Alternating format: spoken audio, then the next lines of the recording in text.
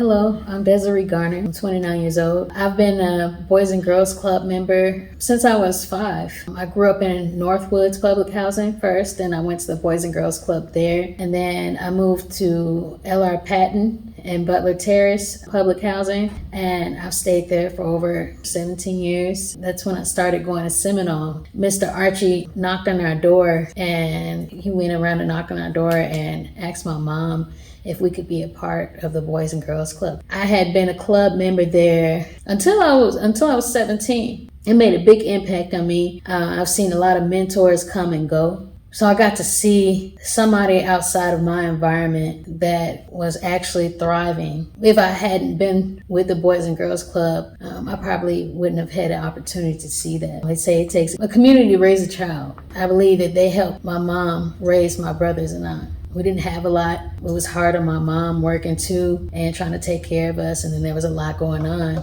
around us that I could have gotten in trouble and got caught up in that, but I didn't. Just giving me a different perspective in life. And then they gave me my first job at 17. I had worked there almost 9 years, did lots of classes and trainings. They helped me get through college. I remember before I went off to school, I had seen a lot of kids at my high school, Huntsville High, get scholarships and go off to college. And I didn't have anybody to tell me about college or help me with college. I didn't even have anybody that had finished high school around me. So Mr. Pat knew me for a long time.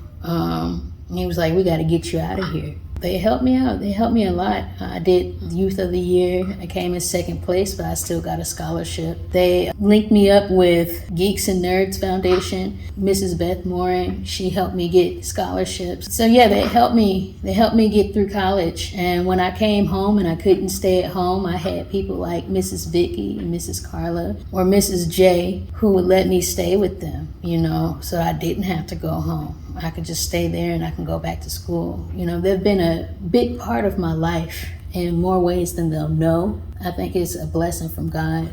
And now I'm 29 years old. I've graduated college a few years ago. I've been in the military for 3 years now. I'm a 15 Quebec air traffic controller. And I just made sergeant. I did get my license last year.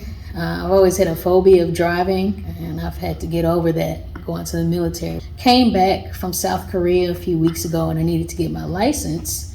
And I came to the only people that I knew would help me. Thanks to Mrs. Brandy, to Mr. Staten, I just got my license here stateside before I head on off to Killeen, Texas. And Mr. Pat is helping me get a car. I'm about to purchase my first car today. But I just want to say thank you.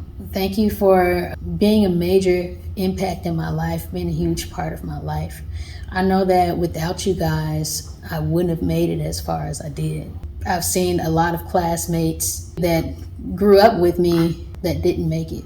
Thank God for the people and the mentors that I've had in my life, and it's made an impact on me.